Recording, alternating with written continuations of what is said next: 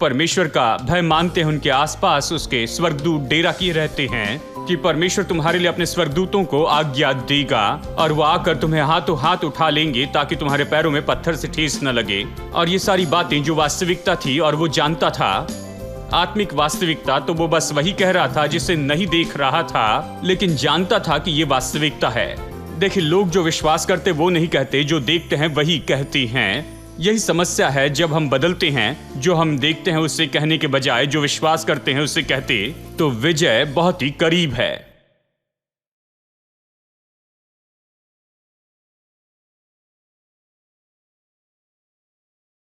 इफिसियों अध्याय 2 वचन 8, क्योंकि विश्वास के द्वारा अनुग्रह ही से तुम्हारा उद्धार हुआ है और यह तुम्हारी ओर से नहीं वरन परमेश्वर का दान है।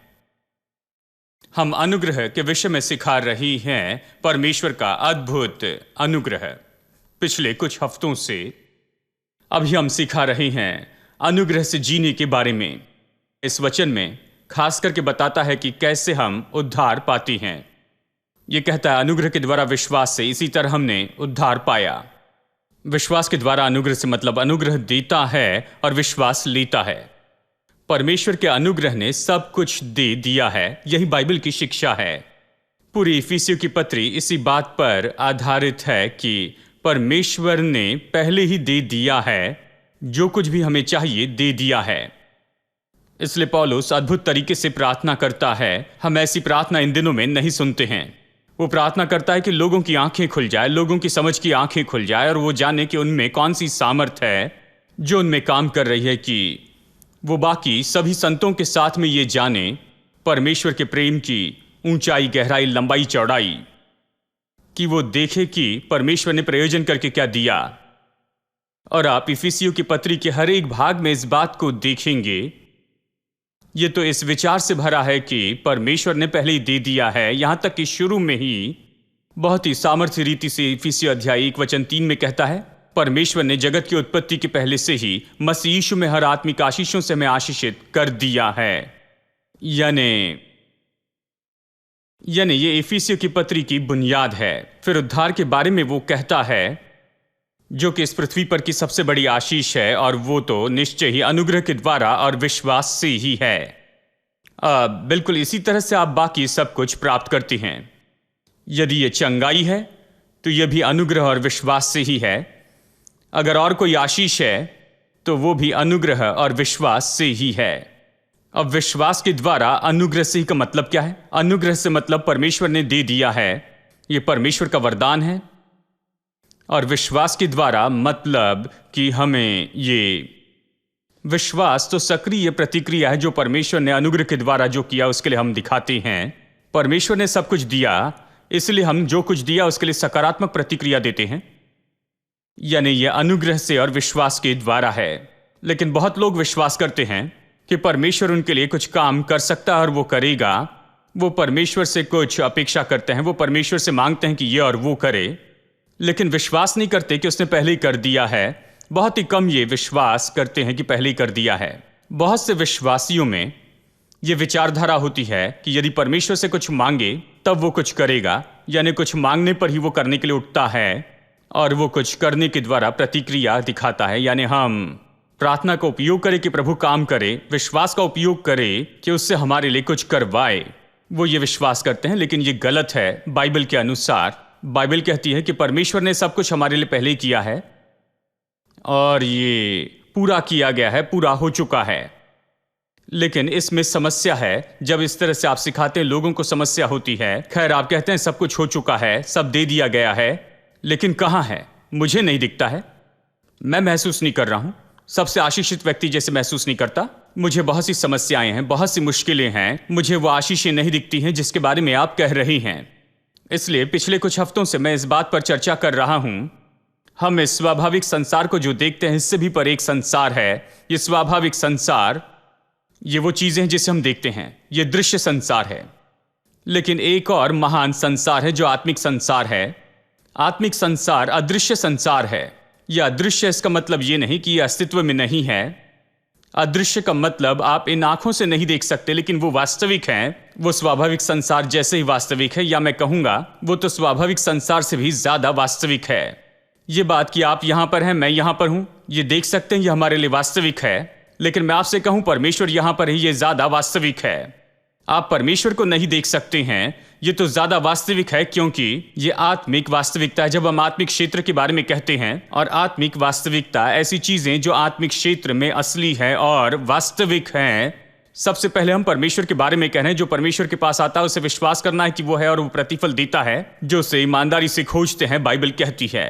तो जब परमेश्वर के पास आए तो विश्वास करे कि ये अदृश्य परमेश्वर है, और जो उसे खोजते हैं उसे वो प्रतिफल देने वाला है। आप आए, आपने परमेश्वर को नहीं देखा, आपने उस पर विश्वास किया, लेकिन उसे देखा नहीं है। और ये विश्वास कि उस परमेश्वर को जिसे नहीं देखा है, उसने सच में आपके जीवन को बदल दिया है और आपकी मंजिल को उसने बदल दिया है। इसके बारे में सोचिए। देखिए उसने आपके लिए क्या किया। आपने परमेश्वर को नहीं देखा, लेकिन विश्वास किया, और इसने आपके जीवन को पूरी तरह से बदल दिया है।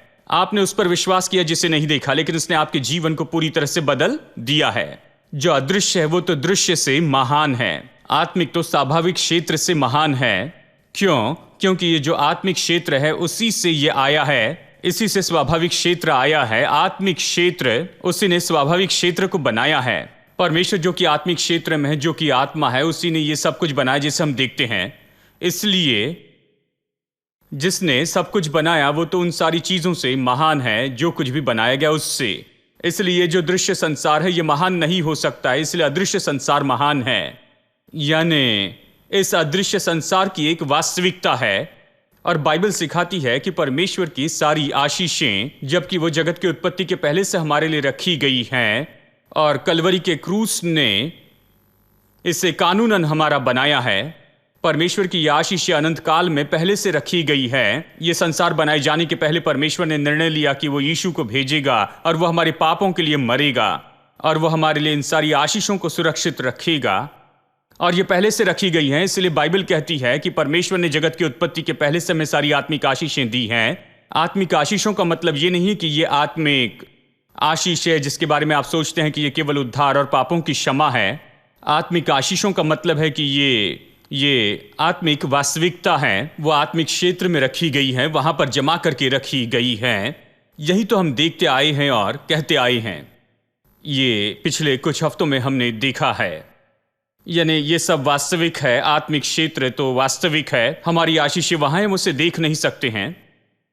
इन आंखों से एलीशा ने प्रार्थना की कि उसके सेवक की आंखें खुल जाए कि वो देख सके कि अग्नि में घोड़े और रथ हैं। एलीशा ने बस घोषणा की कि जो हमारे साथ में है वो तो उनसे ज्यादा है जो उनके साथ में है। किस आधार पर? उसने बाहर जाकर नहीं देखा, उसने खिड़की से भी झांक कर नहीं देखा, क्योंकि ये इसके बारे में नहीं जो इन आंखों से देखते हैं। उसने जो विश्वास किया उसे कहा, उसने विश्वास किया कि उसके लिए स्वर्गदूतों की सुरक्षा है, कि जो परमेश्वर का भय मानते हैं उनके आसपास उसके स्वर्गदूत डेरा किए रहते हैं, कि परमेश्वर तुम्हारे लिए अपने स्वर्गदूतों को आज्ञा देगा और वो आकर तुम्हें हाथों हाथ उठा लेंगे ताकि तुम्हारे पैरों में पत्थर से ठेस न लगे। और ये सारी बातें जो वास्तविकता थी, और वो जानता था आत्मिक वास्तविकता, तो वो बस वही कह रहा था जिसे नहीं देख रहा था, लेकिन जानता था कि ये वास्तविकता है। देखिए, लोग जो विश्वास करते वो नहीं कहते, जो देखते हैं वही कहते हैं। यही समस्या है जब हम बदलते हैं। जो हम देखते हैं उससे कहने के बजाय जो विश्वास करते हैं उससे कहते, तो विजय बहुत ही करीब है। यही बात है, हमें ये बदलाव करना होगा कि बस परिस्थिति को देखते चले जाए, उसके बारे में चिंता करते चले जाए, उसके बारे में डरते जाए। लेकिन हमें देखना होगा जो हमारे लिए अदृश्य है और वहां पर जो हमारे लिए रखा गया है। जब हम इसे कहने लगते हैं तो इसका मतलब विश्वास में काम करने लगते हैं। तो हम दृष्टि से नहीं, लेकिन हम विश्वास के द्वारा जीवन जीते जाते हैं। हम यही सीख रहे हैं कि विश्वास से जीते जाए। अब मैंने आपको बताया था कि कई बार हो सकता है कि समस्याएं आए उसे लाने में, जो कि आत्मिक क्षेत्र में वास्तविकता के रूप में है हमारी आशीषें, उसे स्वाभाविक क्षेत्र में लाने में। आत्मिक क्षेत्र स्वाभाविक क्षेत्र बहुत दूर नहीं है। उदाहरण के लिए दानियल ने प्रार्थना की। जब उसने प्रार्थना की तो प्रार्थना केवल 3 मिनट की ही थी। जबकि उसने अपनी प्रार्थना खत्म की, परमेश्वर का स्वर्गदूत वहां पर था। परमेश्वर की उपस्थिति से स्वर्गदूत के लिए ज्यादा समय नहीं लगा, 3 मिनट से बढ़कर। तो मैं सोचता हूं कि सच में 3 मिनट लगते हैं या नहीं? यह स्वर्गदूत तभी भेजा गया जैसे ही यहां दानियल ने प्रार्थना शुरू की थी। स्वर्गदूत ने यह कहा, जब तुमने प्रार्थना शुरू की, परमेश्वर ने मुझे जाकर तुम्हें उत्तर देने के लिए कहा। यानी स्वर्गदूत वहां पर था, दानियल के सामने उपस्थित रहकर सारे उत्तर देते जा रहा था 3 मिनट में। यानी कल्पना कीजिए कि आत्मिक क्षेत्र से स्वाभाविक क्षेत्र में आ जाए एक खास जगह पर, उसे 3 मिनट लगे। पता नहीं कितने करोड़ों मील की यात्रा की होगी और 3 मिनट में वो आ गया। यानी स्वाभाविक क्षेत्र तो बहुत ज्यादा दूर नहीं होगा। बस इसी तरह से हुआ, स्वर्गदूत आ गया। लेकिन दानियल के अगले अध्याय में हम देखते हैं कि दानियल ने प्रार्थना की और दानियल 21 दिनों तक प्रार्थना करते रहा। और 21 दिनों के बाद में स्वर्गदूत आता है। तो कुछ लोग कहते हैं कुछ लोगों को 21 दिनों में प्रार्थना का उत्तर मिलता है, कुछ लोगों को 40 दिनों बाद उत्तर मिलता है। परमेश्वर ऐसे ही करता है, परमेश्वर इतने दिनों के बाद उत्तर देता है। लेकिन दानियल की दोनों प्रार्थना को आप पढ़िए, यहां पर अध्याय 9 और अध्याय 10 में यह कहता है, जैसे उसने प्रार्थना की, परमेश्वर ने सुना और उत्तर भेज दिया। अध्याय 10 में बताया गया कि पहले ही दिन जब उसने 21 दिन की प्रार्थना शुरू की, तो स्वर्गदूत ने कहा कि पहले ही दिन परमेश्वर ने उत्तर भेज दिया था। पहले दिन उत्तर भेज दिया। तो मैं आपसे कहूंगा कि परमेश्वर देरी से उत्तर नहीं देता है, लेकिन कई बार रुकावटें होती हैं कि जो उत्तर है वो आत्मिक क्षेत्र से स्वाभाविक क्षेत्र में आए। ऐसी रुकावटें होती हैं जिन्हें आंखों से नहीं देख सकते हैं। ऐसे अलौकिक आत्मिक रुकावटें होती हैं, खास करके दुष्ट आत्माओं की रुकावटें। मैं यही कहूंगा कि स्वर्गदूत ने उसे कारण बताया कि कैसे दुष्ट आत्माओं की शक्तियों ने उसे 21 दिन तक रोका, और यही तो कारण था। ठीक है, मैं आज इस विषय के बारे में बताना चाहता हूं, क्योंकि ऐसे लोग हैं जो इस विषय को लेकर कहते हैं दुष्ट आत्माएं जो चाहे वो कर सकती हैं, वो हमारी आशीषों को पाने से रोक सकती हैं, परमेश्वर ने जो प्रयोजन किया उसे लेने से रोक सकती हैं, दुष्ट आत्मा बीच में आ सकती हैं और जो कुछ परमेश्वर ने हमारे लिए प्रयोजन किया उसे लेने से रोक सकती हैं। मैं सोचता हूं लोग इन दिनों में दुष्ट आत्माओं के बारे में बहुत कहते हैं, और देखिए ऐसे लोगों का समूह रहा है हाल ही के कुछ समय में जो इसे बहुत दूर तक लेकर गए हैं। पुराने ज़माने में मुझे याद है वहाँ कुछ समूह के ऐसे लोग थे, जानते हैं, यानी ऐसे समूह थे जो मेन लाइन क्रिश्चियन ग्रुप थे, जो इस तरह से विश्वास करते थे कि शैतान नहीं है। कुछ लोग इस तरह से कहते थे कि शैतान नहीं है, वो वास्तविक बात नहीं है, ये तो हमारी बनाई हुई कहानी है कि शैतान वास्तविक नहीं, वो कहते हैं। लेकिन इस पर विश्वास करना मुश्किल है, क्योंकि बाइबल ऐसी कहानियों से भरी है कि कैसे शैतान शुरू से काम करते आया है, कि कैसे उसने धोखा दिया। ये सारी कहानी यहाँ पर है। यीशु की सेवकाई में हम देखते हैं उसने दुष्ट आत्माएं निकाली, बीमारों को चंगाई दी, दुष्ट आत्मा निकालने के द्वारा ये सब। तो ये नहीं कह सकते कि शैतान नहीं है। मुझे याद है अमेरिका में उन दिनों में वो विश्वास करते थे कि सारी दुष्ट आत्माएं बहुत ही गरीब देशों में हैं, जैसे कि सोमालिया और अफ्रीका में, और वहाँ कोई दुष्ट आत्मा नहीं है। लेकिन अब उन्होंने जाना है कि वहाँ पर बहुत सी दुष्ट आत्माएं हैं, जानते हैं, उन्हें अभी पता चला। इसलिए अमेरिका में ऐसे बहुत ही कम लोग हैं जो ये कहते हैं कि कोई दुष्ट आत्मा नहीं है। ठीक है, सभी सहमत है कि दुष्ट आत्माएं हैं।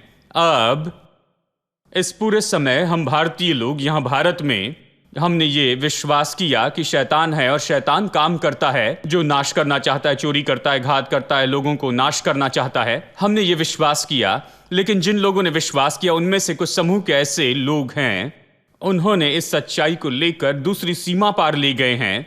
एक तरफ कहना है कि शैतान नहीं है और दूसरी तरफ ये कहना है, कई बार शैतान के विचारों से इतने भरे होते हैं कि लोग अगर 30 मिनट तक प्रार्थना करते हैं तो इस 30 मिनट में 25 मिनट तो वो शैतान से बातें करते हैं या उसे डांटते हैं।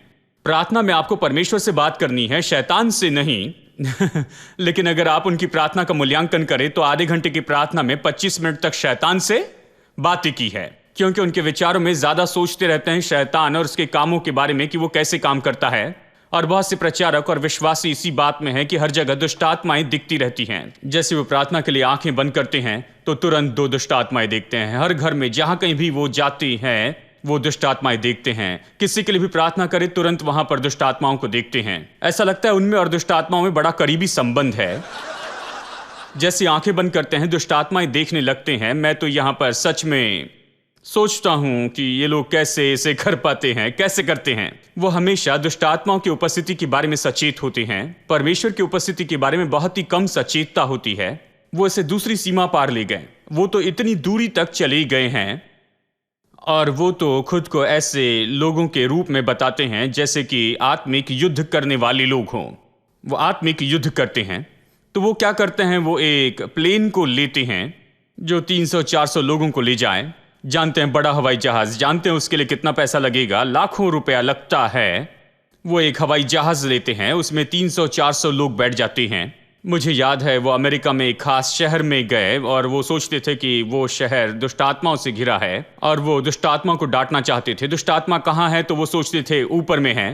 प्रधानताएं और अधिकार जो आकाश मंडल में हैं, तो वो ऊपर जाना चाहते थे। ऊपर जाने के लिए प्लेन किराए पर लिया, लाखों डॉलर खर्चा किए और वो ऊपर गए और उन्होंने उस शहर के बहुत से चक्कर काटे। पूरे दिन भर वो शहर के चक्कर काटने लगे, दुष्टात्माओं को डांटने लगे, दुष्टात्माओं को बांधने लगे उस शहर के ऊपर से कि उस शहर के ऊपर में वो प्रभाव डाल सके, क्योंकि उन्होंने विश्वास किया दुष्टात्मा ये सारी परेशानी लाती है और शहर में विनाश ला रही है।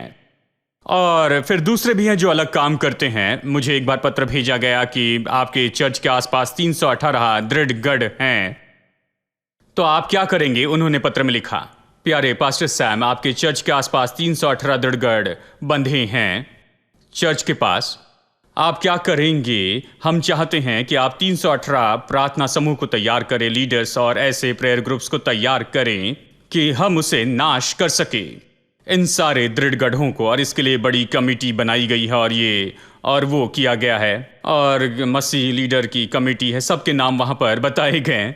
जानते हैं मैंने उसे देखा और बस ऐसे रख दिया और मैं आपको बताऊं मैं उसके लिए कभी नहीं गया।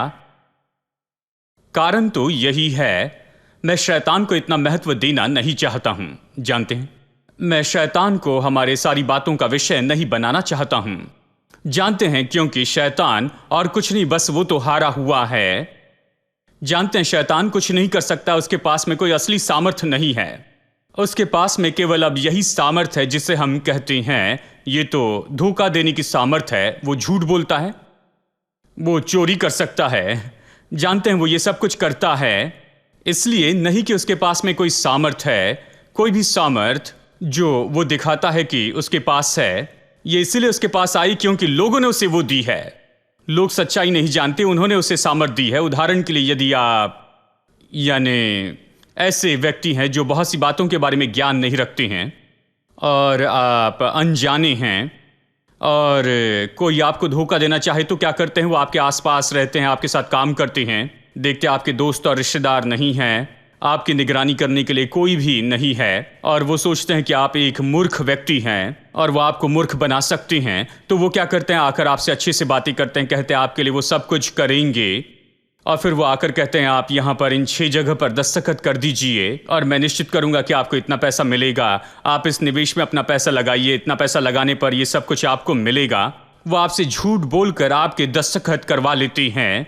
कई बार खाली पेपर पर आपसे सिग्नेचर करवाते हैं, लोग इस पर दस्तखत भी करते हैं और साइन करने के बाद अब उनके पास सामर्थ्य आ गई है। वो जाकर उस पेपर का उपयोग करते हैं, जो कुछ आपका है सब अपने नाम पर कर लेते हैं, सब अपने नाम पर करवाते हैं। अब उनके पास में सामर्थ्य और अधिकार आ गया है। किसने ये सामर्थ्य दी? उनके पास सामर्थ्य नहीं थी, आपने दस्तखत कर उन्हें सामर्थ्य दी। विश्वासी लोग भी ऐसे ही करते हैं। जब आप अनजान होते हैं कि परमेश्वर का वचन शैतान के बारे में क्या कहता है, वो अपने अनजान होने के कारण शैतान को सामर्थ्य देते हैं। ज्ञान की कमी के कारण वो तो शैतान को सामर्थ्य देते हैं कि वो पूरी तरह से उन्हें निचोड़ ले, कि उन्हें नाश कर दे। वो शैतान को अनुमति देते हैं कि उनके घर में आए, उनके विवाहित जीवन में आए, कि उनके जीवन में, उनके व्यापार में, इन सारी बातों में आ जाए, कि उन्हें नाश कर दे, क्योंकि उनके पास में ज्ञान की कमी है परमेश्वर के वचन से। वचन कहता है कि शैतान जो कि सामर्थहीन है उसे कोई जगह न दे। अगर उसे डांटे, उसे भगाए तो निश्चय वो आपके सामने से भागेगा और ये सब उसके सामने खड़े रहे, वो भागेगा। ये सच्चाई नहीं जानते, वो ये सच्चाई नहीं जानते, इसलिए शैतान इसका लाभ उठाता है। जो कुछ भी उसके पास सामर्थ्य है वो तो उसने लोगों से पाई है। यही इसके बारे में दुख की बात है। अब बाइबल इसके बारे में बहुत स्पष्ट सिखाती है। मैं 3 वचनों से बताना चाहता हूं, लेकिन हम पूरे वचनों को नहीं देख पाएंगे। ये तो 3 बहुत ही महत्वपूर्ण ऐसे वचन हैं। चलिए पहले वचन को आज देखते हैं। इफिसियों अध्याय 6। याद रखिए, इफिसियों इस आधार पर लिखा गया है कि सब कुछ हमें पहले से दे दिया गया है। क्रूस के द्वारा, नई सृष्टि के द्वारा सब कुछ हमें पहले से ही दे दिया गया है। अब पौलुस इफिसियों के पत्री के अंत में इस तरह से कहता है, अंत में मेरे भाइयों, वो अंत में कहता है, पत्री खत्म हो रही, कहता है कि अंत में मेरे भाइयों प्रभु में और उसकी शक्ति के प्रभाव में बलवंत बनो। वो अंत के पहले कुछ कहता है क्योंकि उसे याद आता है कि कुछ बातों के बारे में उसे कहना है। वो अंत के पहले इस तरह से कहता है, निदान हे भाइयों प्रभु में और उसकी शक्ति के प्रभाव में बलवंत बनो, परमेश्वर के सारे हथियार बांध लो कि तुम शैतान की युक्तियों के सामने खड़े रह सको। क्योंकि हमारा ये मल्लयुद्ध लहू और मांस से नहीं परंतु प्रधानों से और अधिकारियों से और इस संसार के अंधकार के हाकिम से और इस दुष्टता की आत्मिक सेना से जो आकाश मंडल में है। यहीं पर रुकना चाहता हूं, केवल ये 3 वचन काफी हैं।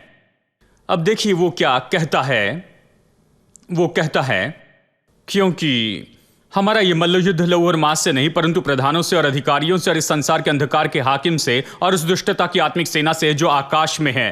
इसका मतलब, युद्ध का मतलब निश्चय ही वो है, यानी एक युद्ध हमारा है। वो कहता है, क्या मैं विश्वास करता हूं इस संसार में शैतान के विरुद्ध में हमारा युद्ध है? जी हां, लेकिन मैं आत्मिक युद्ध वाले लोगों के जैसे नहीं विश्वास करता जिस युद्ध के बारे में वो कहते हैं। मैं विश्वास करता हूं कि शैतान से हमें लड़ना है। ये किस तरह का युद्ध है? देखिए वो किस तरह की बातों में जुड़ा है, वो क्या करने की कोशिश कर रहा है। वचन 12 कहता है, एक अनुवाद कहता है कि तुम परमेश्वर के सारे हथियार पहन लो कि शैतान के सारे जलते हुए तीरों के सामने खड़ी रहो। अब देखिए, शैतान के जलते हुए तीर, मतलब इसका मतलब है कि उसकी धूर्तता और उसकी चालाकी और धोखा देना, भरमाना, यानी शैतान तो इसी में है, धूर्तता में, चालाकी में और बहलाने में और धोखा देने में। यही इस खेल का नाम है, वो इसी में है। इसलिए कि तुम खड़े रह सके उसकी चालाकी, उसकी धूर्तता और उसकी योजना बनाना और धोखा देने में, उससे बचने के लिए परमेश्वर के हथियार पहन लो। फिर वचन 18 में कहता है, 13 से 18 में हर एक हथियार के बारे में बताता है जो युद्ध जीतने में जरूरी है। अगर आप हथियारों की कहानी का अध्ययन करती हैं, अगर आप समझ ले कि मुद्दा क्या है, शैतान क्या करने की कोशिश कर रहा है, आप जानेंगे कि शैतान बस एक ही काम करने की कोशिश करता है। वो अपना एक ही हथियार उपयोग करता है, मतलब धूर्तता से फंसाता है, धोखा देता है, भरमाता है, झूठ कहता है। बाइबल उसके जलते हुए तीर कहती है। उसके पास यही है, उसके पास सामर्थ्य नहीं है, उसके पास केवल यही धोखा है, भरमाना है, चालाकी है, भरमाना है, धोखा देना है। हाँ, तो इससे निपटने के लिए और यहां पर इस युद्ध में जीतने के लिए, शैतान की जो धूर्तता है उसके विरुद्ध में जीतने के लिए आपको परमेश्वर के पूरे हथियार पहन लेने चाहिए। यानी ये बताता है कि ये जो युद्ध है वो सच में क्या है। ये युद्ध है ऐसा नहीं कि आप हवाई जहाज लेकर ऊपर में जाए और वहां पर ऊपर में जाकर लड़े। ये वहां ऊपर नहीं है। युद्ध पहाड़ के ऊपर में नहीं या फिर 100 मंजिला इमारत के ऊपर में नहीं है कि आप शैतान के पास में जाकर उसे डांटें और वो आपकी सुन पाएगा। बहुत से लोग यही करते हैं। देखिए, युद्ध तो वहां ऊपर में नहीं है, ऊपर में कहीं किसी जगह पर या यहां पर नीचे नहीं। ये युद्ध तो आपके दोनों कानों के बीच में है, आपके मन में है। हेलो आपको जो युद्ध करना है, देखिए मैं जानता हूं कि आपको शैतान से लड़ना है। व्यक्तिगत रूप में हम आत्मिक युद्ध में जुड़े हैं। शैतान हमारे विरुद्ध में है, वो काम कर रहा है। देखिए, युद्ध तो ये है, युद्ध का स्वभाव यही है कि शैतान तो धोखा देने वाला, भरमाने वाला है, चालाक है, जो झूठ बोलकर हमारी विरासत छीन लेना चाहता है। यानी युद्ध हमारे मन में हो रहा है, उसका झूठ तो हमारे मन में जाता है। परमेश्वर के वचन का गलत अर्थ जो बताता है वो तो हमारे मन में जाता है और ये हमारे विश्वास को हिला देता है। युद्ध तो हमारे मन में है। हम प्रभु वचन पर खड़े रहते, विश्वास करते, सब हमें दे दिया गया है। वो आकर कहता है कुछ भी नहीं दिया, तुम खुद को ही देखो, तुम्हारे पास कुछ नहीं। तुम्हारे पास क्या है? तुम्हें क्या लगता है सैम चलौधरी क्या प्रचार कर रहे हैं? देखो, तुम्हारे पास में नौकरी नहीं, पैसा नहीं, कोई भविष्य नहीं, ये नहीं है, वो नहीं है, अच्छा वैवाहिक जीवन नहीं है। जो नहीं है वो सब कुछ बताता है। आप विश्वास करते हैं प्रभु वचन से कि आपके पास सब कुछ है। शैतान आपसे झूठ कहता है और आपको गड़बड़ी में लाता है और इससे आप परमेश्वर के वचन की सच्चाई पर सवाल उठाते हैं और आप अपने मन में गड़बड़ी में आते हैं। इसलिए ये जो युद्ध है ये तो आपके मन में होता है। आपके मन में ये युद्ध शुरू होता है। My life down at your feet. You're the only one I need. Turn to you and you were always there. Troubled times, it's you I see. Put you first, that's all I need.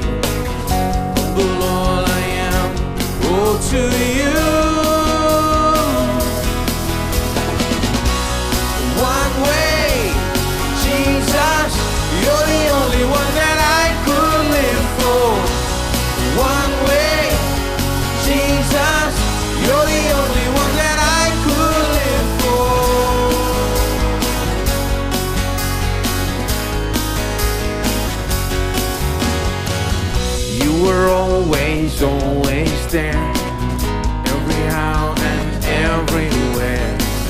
Grace abounds so deeply within me. You will never ever change. Yesterday, today the same. Forever till forever meets no end. One way, Jesus, you're the only one that I could live for. One way, Jesus, you're the only one that I could live for. One way, Jesus, you're the only one that I could live for. One way, Jesus, you're the only one that I could live for. The way, the truth and the life, to live by faith and not by sight. For you, we're living all for you. You are the way. You are the way, the truth and the life. We live by faith and not by sight. For you, we're living all for